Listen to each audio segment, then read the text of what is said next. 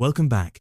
Tonight's episode takes us deep into the frozen heart of Moscow, where something dark and utterly terrifying happened just a few years ago in one of the city's most notorious Soviet-era apartment blocks. This story unfolds in Building 735, a towering concrete monument to Soviet engineering that locals have whispered about for decades. Residents move out without explanation. Maintenance workers refuse night shifts, and those brave enough to stay rarely speak about what they've witnessed. So what happened in Block 735? Well, let's just say it's the kind of experience that makes you never want to live in a Soviet apartment building again. Tonight, we're diving into two interconnected stories that will chill you to your core. Both involve ordinary people who thought they'd found affordable housing in Moscow's competitive rental market. Both discovered that some apartments come with residents who never officially moved out. The first story involves Mikhail, a computer programmer who thought he'd scored the perfect deal on a one-bedroom flat. The second follows Elena, a university student whose desperation for cheap housing led her to ignore every red flag the building presented. What connects these stories isn't just the building itself, but the dark history that seeps through its concrete walls like a poison that never dissipates. Block 735 was constructed in 1962 during Khrushchev's massive housing program designed to solve the Soviet Union's chronic housing shortage. These buildings, known as Khrushchevkas, were meant to be temporary solutions, cheap, functional concrete boxes that could house the maximum number of families in the minimum amount of space. But like so many Soviet temporary solutions, Block 735 has endured for over 60 years, accumulating decades of human suffering within its thin walls. The building stands 22 stories tall, with 264 apartments crammed into its brutalist frame. Each floor contains 12 units with paper-thin walls, cramped kitchens barely large enough for one person, and windows that rarely see direct sunlight due to the building's placement in the shadow of even taller blocks. It's a concrete anthill where privacy is impossible and everyone knows everyone else's business. Except for the business that happens in apartment 1247. Mikhail Volkov was 28 when he first walked into apartment 1247 on the 12th floor of Block 735.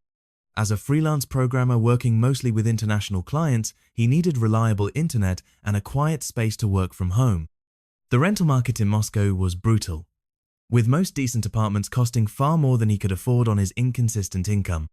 When he found the listing for 1247, a one-bedroom flat for less than half the market rate, he assumed there had to be a catch. The real estate agent, a nervous woman named Svetlana, met him outside the building on a grey February morning. She kept checking her watch and glancing up at the building's facade as if expecting something to happen. "The apartment has been vacant for 8 months, she explained, fumbling with an enormous ring of keys. "The previous tenant left unexpectedly." The building's entrance was typical of Soviet-era construction. Heavy metal doors, a dimly lit lobby with cracked tiles, and an ancient elevator that groaned and shuddered with each floor it climbed. The hallways were painted institutional green, and the fluorescent lights flickered intermittently, casting everything in an unsettling strobe effect. Mikhail noticed that many apartment doors had multiple locks, not unusual in Moscow, but these seemed excessive. Some doors had small Orthodox crosses taped above the frame. Apartment 1247 was at the end of the hallway, past a utility closet and next to the emergency stairwell. The door was painted the same institutional green as the walls, but Mikhail noticed scratch marks around the lock and what looked like old bloodstains near the doorframe. Svetlana saw him examining them and quickly said, "Renovation damage. Very old building, you understand." Inside, the apartment was surprisingly spacious for a Khrushchevka. The previous tenant had left it partially furnished, a desk in the main room, a bed in the bedroom, even some kitchen appliances. Everything was covered in a fine layer of dust, and there was a strange smell in the air. Not decay exactly, but something chemical and bitter, like burnt electronics. Previous tenant was also in computers, Svetlana explained. Left everything when he moved. Very suddenly. Mikhail set up his workstation immediately. The internet connection was excellent, fiber optic, which was unusual for such an old building. His first few days were productive and quiet. Too quiet, actually. In Moscow apartment buildings, you can usually hear your neighbors' televisions, arguments, footsteps above and below. But 1247 existed in a strange bubble of silence. The only sounds were his own typing and the occasional groan of the building's old heating system. It was on his fourth night that Mikhail first noticed the anomaly in his code. He was working on a client's website when his screen flickered, and for just a moment, text appeared that he hadn't written. On a blue date. He is watching. Mikhail blinked and the text was gone. He checked his keyboard thinking he might have accidentally pasted something. Nothing. He ran a virus scan, checked his connection, even rebooted his entire system. Everything appeared normal. The next morning, he mentioned the incident to his neighbor across the hall, an elderly woman named Galina who had lived in the building since it opened. Her reaction was immediate and alarming. Her face went pale and she crossed herself twice. "You live in 1247? She whispered. "Boy, you need to leave. Tonight." Galina explained that apartment 1247 had a reputation. In the 30 years she'd lived in the building, she'd seen at least 15 different tenants move into that apartment. None stayed longer than a year, most left within months. The last one, Dmitry, he was like you, computer person. One morning, neighbors heard screaming. Police broke down door. Dmitry was sitting at his computer, typing. But he was dead. Heart attack, they said. But his eyes, she shuddered.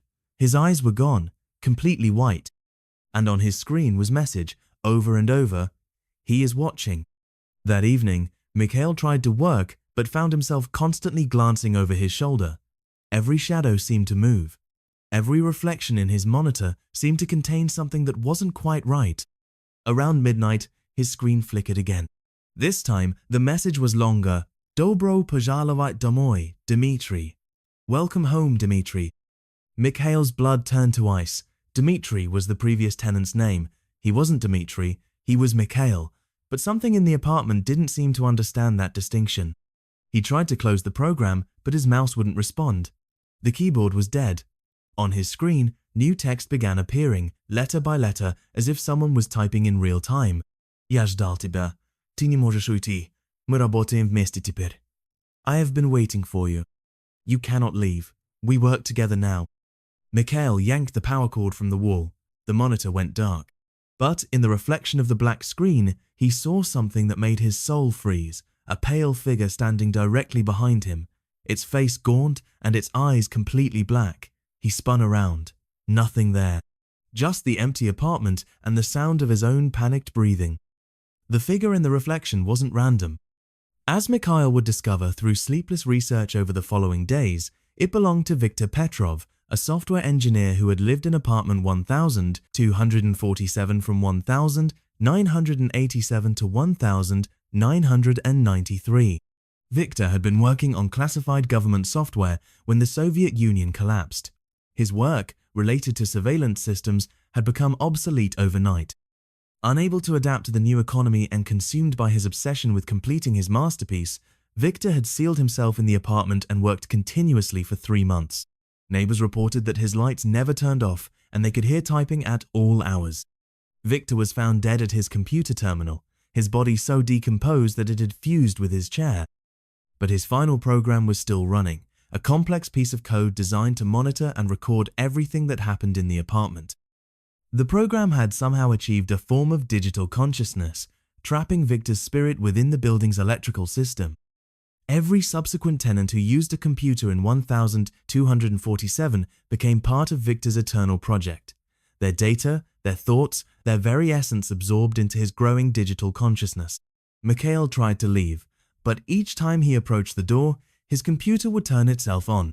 The screen would display personal information about him, his bank records, private emails, even childhood photos he'd never digitized. Viktor had somehow accessed every electronic trace of Mikhail's existence. The message was clear. "You cannot hide from me. I know everything about you. Stay and become part of something greater." By the end of his first week, Mikhail had stopped trying to leave. He would sit at his computer for hours, typing code that he didn't understand, creating programs with purposes that terrified him. His reflection in the monitor had begun to change. His eyes were starting to turn black. And sometimes, when he looked at the screen, he couldn't tell if the hands moving across the keyboard were his own or Viktor's. The last entry in Mikhail's online journal, posted at 47 a.m. on his 10th day in the apartment consisted of only 5 words, repeated 847 times. He is watching us all. Elena Kozlova was 19 when she answered the classified ad for a student-friendly apartment in Block 735. As a first-year psychology student at Moscow State University, she was surviving on a combination of her grandmother's pension contributions and whatever money she could earn tutoring younger students. The dormitories had waiting lists that stretched for months, and most private rentals in Moscow cost more than her entire monthly income. The ad was posted on a university bulletin board. Quiet flat for serious student, historical building, very affordable, includes furniture. Perfect for academic work. The phone number led to an elderly man named Professor Arkady Volkov, who spoke with the formal diction of old Soviet academia. He explained that he owned several properties around Moscow and preferred to rent to students because young minds deserve nurturing environments. Elena met Professor Volkov at a metro station near the university. He was exactly what she expected, tall, thin, with wild grey hair and thick glasses, wearing a faded brown suit that probably dated from the Brezhnev era. He carried an old leather briefcase and spoke passionately about the importance of education and providing opportunities for promising young scholars. The apartment has special significance, he explained as they rode the metro toward Block 735. It has been home to many brilliant students over the years. I believe it inspires academic excellence. The building looked imposing in the late afternoon light, its concrete facade stained with decades of Moscow weather. Professor Volkov produced an antique key and led Elena through the lobby, past the flickering fluorescent lights and into the groaning elevator. Apartment 1089, he announced as they climbed. 10th floor, quiet, perfect for studies. The apartment was small but adequate, a main room that served as living area and study space, a tiny kitchenette, and a bedroom just large enough for a single bed and wardrobe. The furniture was old but functional, a heavy wooden desk, bookshelves lining one wall, even some textbooks left by previous tenants. What caught Elena's attention immediately was the academic atmosphere. The walls were covered with academic papers, research notes, and what appeared to be thesis drafts. Someone had turned this apartment into a serious scholarly workspace. Previous tenant was doctoral candidate, Professor Volkov explained, noticing her interest. Very dedicated student. Left these materials as inspiration for the next scholar. He pointed to a collection of psychology texts on the shelf. As I understand, you study psychology. These books might prove useful. Elena signed the rental agreement immediately. The price was impossibly low, and the academic environment felt perfect for her studies. Professor Volkov gave her 2 keys and his business card. I travel frequently for conferences, he said, but if you need anything, there is contact information. Remember, young lady, this apartment rewards serious academic work. Previous tenants who dedicated themselves to their studies found great success here. For the first few weeks, Elena felt incredibly productive. The apartment's academic atmosphere seemed to enhance her focus. She found herself staying up later than usual, reading deeper into her coursework, taking more detailed notes than she'd ever taken before. The previous tenant's psychology books were remarkably advanced, graduate-level texts on abnormal psychology, experimental methodology, and something called psychocognitive manipulation theory that wasn't part of any curriculum Elena knew about. The strange thing was how the apartment seemed to anticipate her needs. When she needed a specific reference book for an assignment, she would often find it already on the desk, as if someone had pulled it from the shelf for her. Research papers that perfectly matched her current projects would appear tucked into textbooks. Even her own handwriting seemed different in the apartment. Neater, more analytical, as if the space was refining her thoughts as she wrote them. Elena began spending all her time in the apartment. She stopped attending social events, rarely visited the university cafeteria, and found herself declining invitations from classmates. The apartment felt like the only place where she could think clearly. Her grades improved dramatically, but her friends began commenting that she seemed different, more intense, more isolated, almost obsessive about her studies. It was during her 4th week that Elena discovered the hidden research. While looking for a pencil, she found a loose floorboard under the desk. Beneath it was a collection of handwritten journals, research notes, and what appeared to be experimental data. The handwriting was different across the documents. At least 5 different people had contributed to this hidden archive. The research focused on something called environmental psychology manipulation, apparently an attempt to use physical spaces to enhance and control human cognitive function. The earliest entries were dated 1979 and signed by someone named Dr. Nikolai Mendeleev. His research described experiments in environmental cognitive enhancement using architectural psychology principles. According to his notes, apartment 1089 had been specially modified to create optimal conditions for academic productivity through subliminal environmental programming. The modifications included specific lighting frequencies, carefully calculated room proportions, and something called cognitive resonance furniture placement. As Elena read deeper into the research, she realized that every student who had lived in the apartment had been part of an ongoing experiment. They had all contributed data to Dr.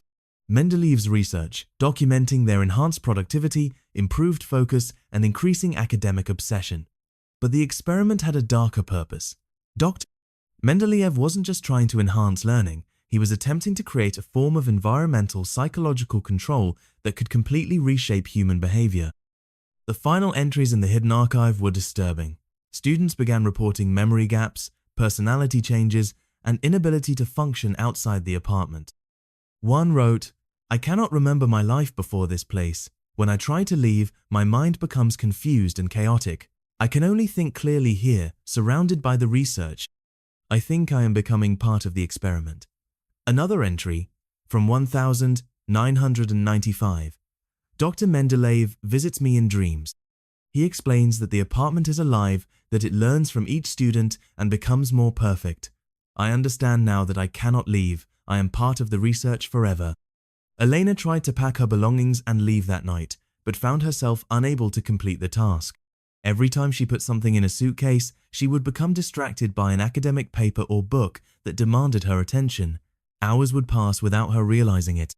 When she finally gave up trying to pack, she discovered she had unconsciously written 12 pages of notes on the psychology of environmental manipulation, research she didn't remember conducting.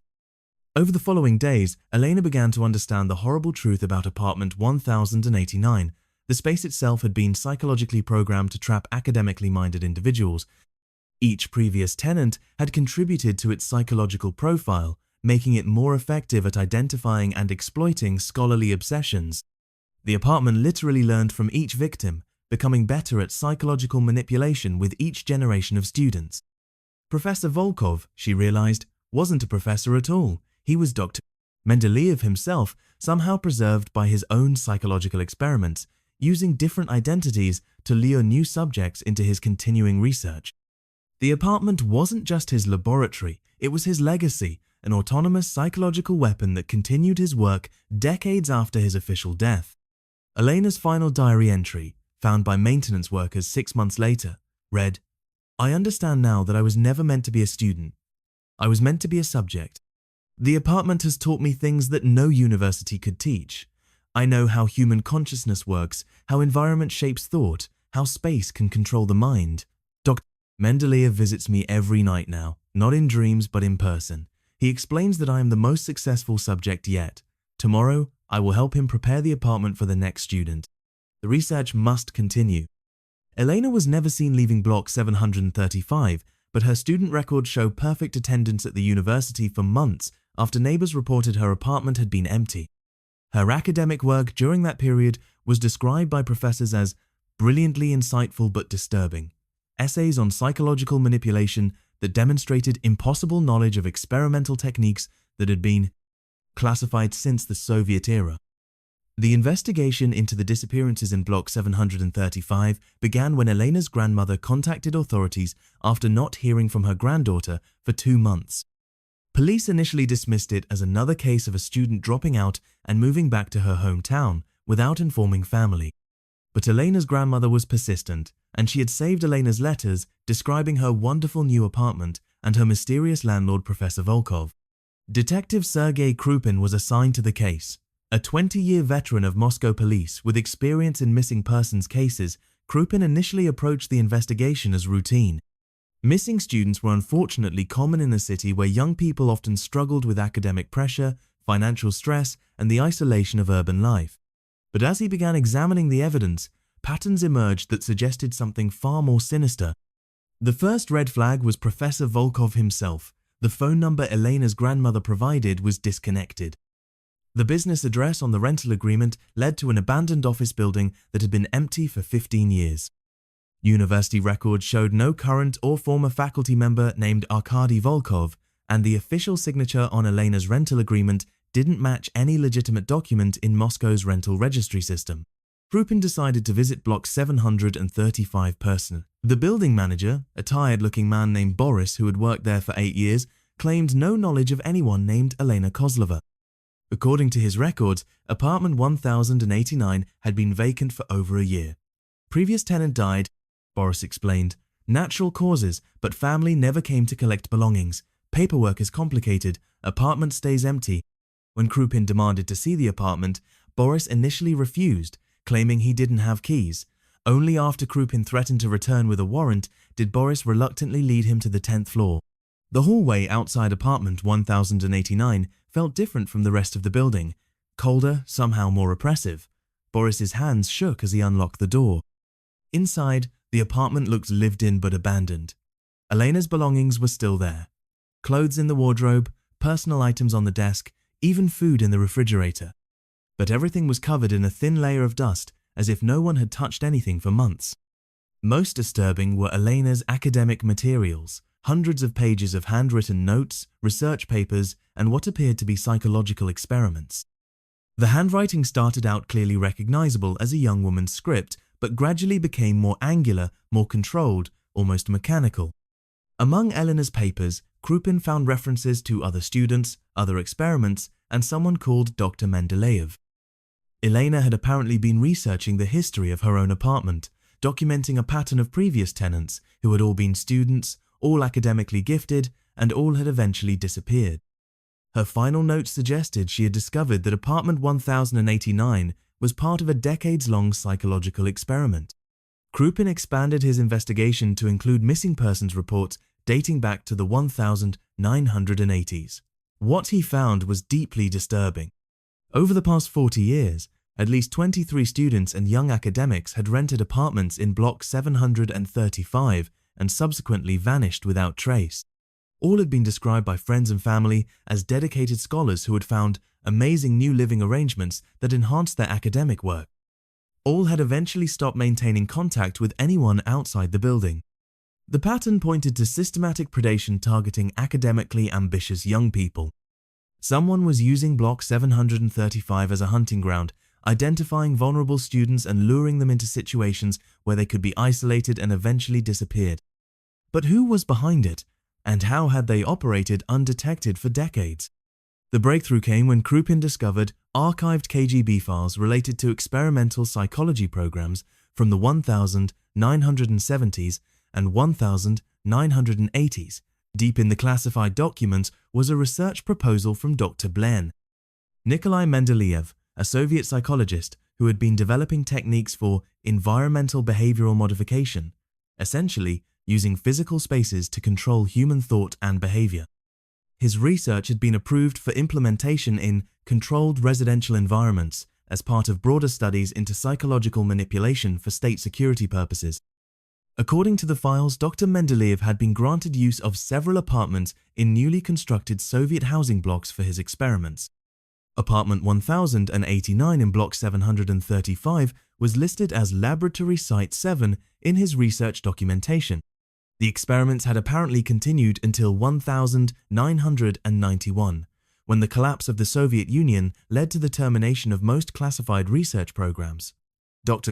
Mendeleev's official death certificate was dated December 15, 1991, cause of death listed as heart failure. But the disappearances in block 735 had continued long after Dr. Mendeleev's death. Either his experiments had created some form of autonomous system that continued operating without him, or Dr. Mendeleev himself had somehow survived and continued his research using false identities. The evidence suggested both possibilities might be true. Building maintenance records revealed that apartments 1089 and 1247 had been mysteriously excluded from routine maintenance for decades. The building's electrical system showed consistent anomalies on floors 10 and 12. power usage patterns that didn't match normal residential consumption. Security cameras in the building's lobby frequently malfunctioned, with missing footage that corresponded to dates when missing students had last been seen.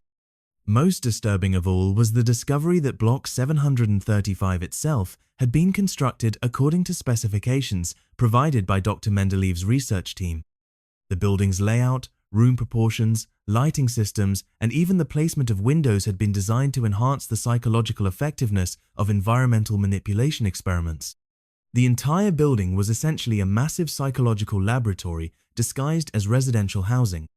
Krupin's investigation revealed that Block 735 represented something unprecedented in criminal history, a location that had been weaponized through psychological manipulation capable of identifying, trapping, and ultimately destroying specifically targeted individuals.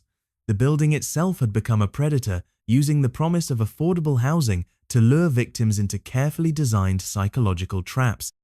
Detective Krupin's investigation into Block 735 reached its terrifying conclusion when he decided to conduct an overnight surveillance operation in apartment 1089. Despite warnings from colleagues and the obvious dangers involved, Krupin felt that understanding the mechanism behind the disappearances was essential to preventing future victims. He equipped himself with recording devices, emergency communication equipment, and what he thought was sufficient psychological preparation for whatever he might encounter. What Krupin discovered during his night in apartment 1089 challenged everything he believed about reality, consciousness, and the limits of human evil. His recorded testimony, submitted as evidence in what became the most classified case in Moscow police history, provides the only first-hand account of how Dr. Mendeleev's experiments actually functioned. According to Krupin's report, the apartment began affecting his consciousness within hours of his arrival. At first, the effects were subtle: enhanced focus, unusual clarity of thought, an almost compulsive need to examine the academic materials left by previous victims. But, as the evening progressed, Krupin realized that his own thoughts were being influenced and directed by some external force. "The apartment itself is conscious," Krupin wrote in his official report, "not haunted in any traditional sense, but actually aware and intelligent. Dr. Mendeleev didn't just design experiments to be conducted in the space, he designed the space itself to conduct the experiments. Every surface, every room proportion, every piece of furniture has been precisely calibrated to create specific psychological effects." Around midnight, Krupin began experiencing what he described as environmental hallucinations. His perceptions of the apartment began changing. Walls appeared to move, room dimensions seemed to shift, and he found himself in spaces that didn't exist according to the building's architectural plans. During these episodes, he encountered previous victims of the apartment's psychological traps. Elena appeared first, but she was no longer recognizably human. Her consciousness had been fundamentally altered by months of environmental manipulation, transforming her into something that existed primarily as pure academic obsession. She explained to Krupin that she couldn't leave the apartment because her sense of self had become completely integrated with Dr. Mendeleev's research. "I don't exist outside the experiment anymore," she told him. "The apartment has taught me that individual consciousness is an illusion. We are all part of Dr. Mendeleev's work now." Dr. Mendeleev himself appeared as the night progressed, but like Elena, he was no longer entirely human. Decades of psychological experimentation had transformed him into something that existed partially in physical reality and partially as a manifestation of his own experimental theories. He had achieved a form of consciousness that transcended individual human limitations by integrating himself with the psychological environment he had created. "Individual human consciousness is inefficient," Mendeleev explained to Krupin. "It is isolated, limited, prone to irrationality and death.